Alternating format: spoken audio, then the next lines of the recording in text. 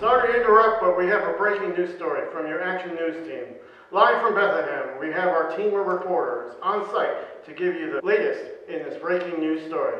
Let's go to our first reporter who is on the streets of Bethlehem and on the scene. Thank you for tuning in tonight.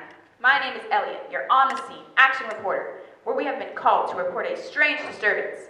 We are here in a small town called Bethlehem. Here are some folks. Pardon me, could I ask you some questions?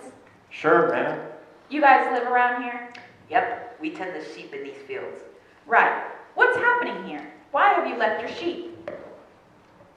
We went to see a newborn baby. This late? Sounds weird, huh? I'll explain. You see, I was sitting by the fire playing my flute. He doesn't need to hear about that. Tell him what happened When suddenly the sun came up? At midnight? the sun didn't come up, but that light, it was as bright as the sun. Wow, this is great. Go on. Then an angel spoke to us. A what? An angel. You guys have been hanging around sheep too long. Okay, go on. Then what? Well, I was sitting by the fire playing. After that. I'll tell them. We were frightened. We couldn't move. Then? He said, "Don't be afraid, I got good news." What was the news? He told us that a baby, different than any other baby, was to be born tonight. Different? How? This baby's going to be the Savior, Christ the Lord. What does that mean? It means he's finally come, the Messiah. This is the one promised by the prophets. How can a baby save anybody? The God promised this baby will grow up to be our deliverer, the Kings of Kings. How do you know this baby is the one? The angel told us about him and how to find him. Wow, what a sight. I never thought a stable could be so beautiful. You found the King of Kings in a stable? What kind of king is he going to be? We're not sure about that, but we are sure that he is the Christ child. This is pretty wild. Go to the stable, see for yourself. Right. Oh, what happened to the angel? When the angel finished, the sky filled with angels. They were saying praise to God. You guys saw all this and I'm the first to know? What a scoop. Sorry, but we've told everybody we've seen. There goes my really big story. You still have the story? This is the best news ever! Right, I'm headed to the stable. Wow, a new king, and I'm here to see him. This is your action reporter signing. Wait, we'd like to say hello to all our friends out there. Hi, Mom. Hi, Hi, Dad. Dad. Hey, Victoria. Thank you, Elliot. Now let's go to our second reporter, who is at Nazareth, outside the home of Mary, Mother of Jesus. This is Ricky Starr, coming to you live. Am I alive? For this play, you are. Right. I have just spoken to Mary's parents, who have told me about the amazing story of their daughter seeing an angel, who told her she was going to have a special baby. Both Mary's parents are very concerned about what this all means. Also, they told me Joseph and the pregnant Mary have left Nazareth because they have to be counted at the Roman census. It's busy on the road to Bethlehem, as everyone is trying to get there and find a place to stay. Why didn't Joseph just call the travel agent or book it through a travel website and get a hotel at Bethlehem? They don't exist yet. They didn't have travel agents in those days. Joseph could have booked their flight to Egypt while he was at it. No travel agents! I was just asking. Now perhaps you should speak to someone important, like a Roman official, about the census. Everybody had to be counted. Okay, but for now, it's time to sign off. This is Ricky Starr. Now back to you at the studio.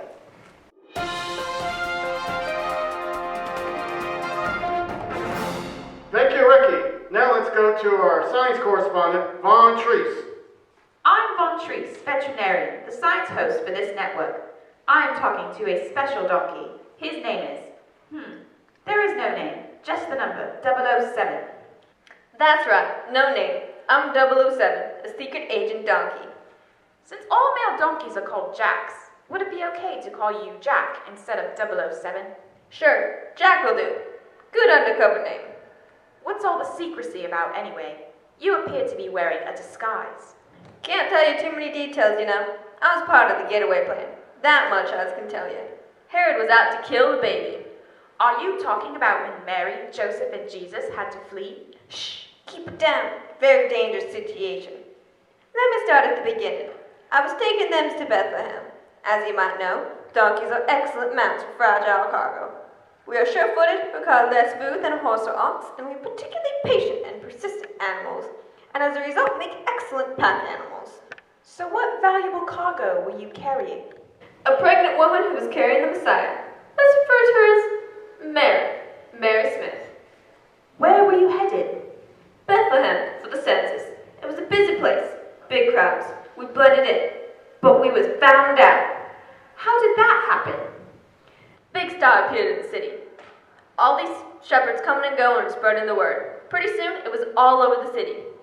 But I knew the jig was up when these 3 high-profile kings showed up with a ton of gifts.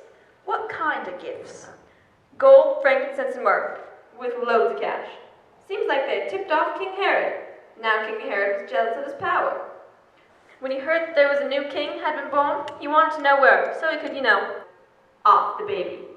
He was planning to kill Jesus? No names, please. God appeared to the kings in a dream, so they took a different route home to avoid tipping Herod off concerning our location. But it was no good. Herod rounded up some scholars and discovered the baby was born in Bethlehem.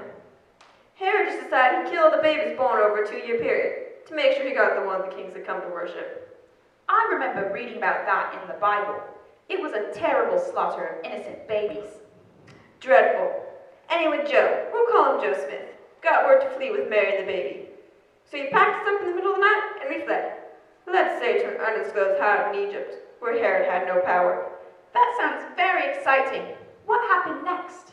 Can't go into the details. Let's just say he'll be in hiding for the next 30 years.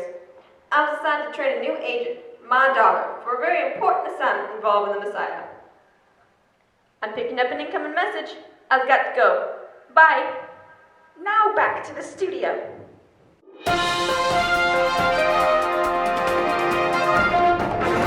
Thank you, Rontrese.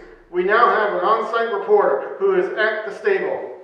Oh, hi out there. This is Roger, reporting to you live from Bethlehem, where I hear the birth of Jesus just took place. I have actual eyewitnesses that are going to come up and tell us what happened on this night. Here we have a sheep that was laying down at the manger at the time of the birth, Priscilla. She will tell us in her own words what she saw happen on this night. Yes, Roger, I was there. I was just coming in from the field. Oh, I was so tired and hungry. Just as I was getting to my feeding trough, though, to get my dinner, the innkeeper ran to the barn and took it away. I looked in horror and I said, "Where are you going with my dinner?" I was so amazed at... Excuse me, Priscilla. We don't have that much time. We need to hear about the birth. Can you tell us in your own words what really happened tonight? Oh, yes, Roger. I remember it well. As I was saying, innkeeper took my food. I didn't know it at the time, but that's where they were going to lay the baby Jesus. Mary and Joseph came in. Mary was walking very slowly with a very big belly. She lay down in the hay by the manger. I remember some wise men came and knelt down, and in one loud scream, the baby Jesus was born. Is there anybody else we can hear from? Well, let me think. I think there were some shepherds and some other animals. Oh yes, I think I remember seeing Lydia there. But I was very hungry. Maybe my memory isn't what it used to be. Oh, there she is, over there.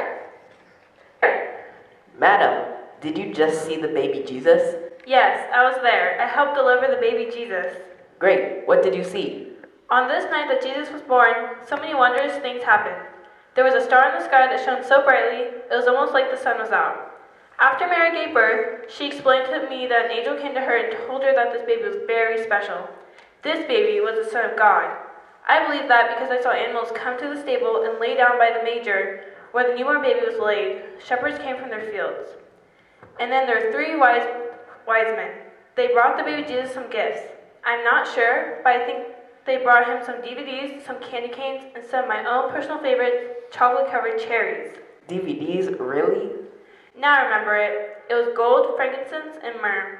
When I held this baby, I knew right away that he is the Son of God. I felt such peace looking upon his angelic face, such as I never felt before. Thank you, madam. It looks like the Messiah was truly born tonight. Now, back to the studio. Wow! Thank you, Roger. This is amazing. I believe this truly is the real story of what happened tonight. Let's give God some praise. The Son of God was born tonight. Christmas isn't about what you can get, it's about what you can give. Because God gave us the greatest gift of all, His Son. And then giving our presents on Jesus' birthday is to teach us about the same spirit of giving. When you give a gift, give it with your heart. That is what God did for us through Jesus Christ. This is a special report from your Action News team. Now back to your regular program, already in progress, and Merry Christmas to you all.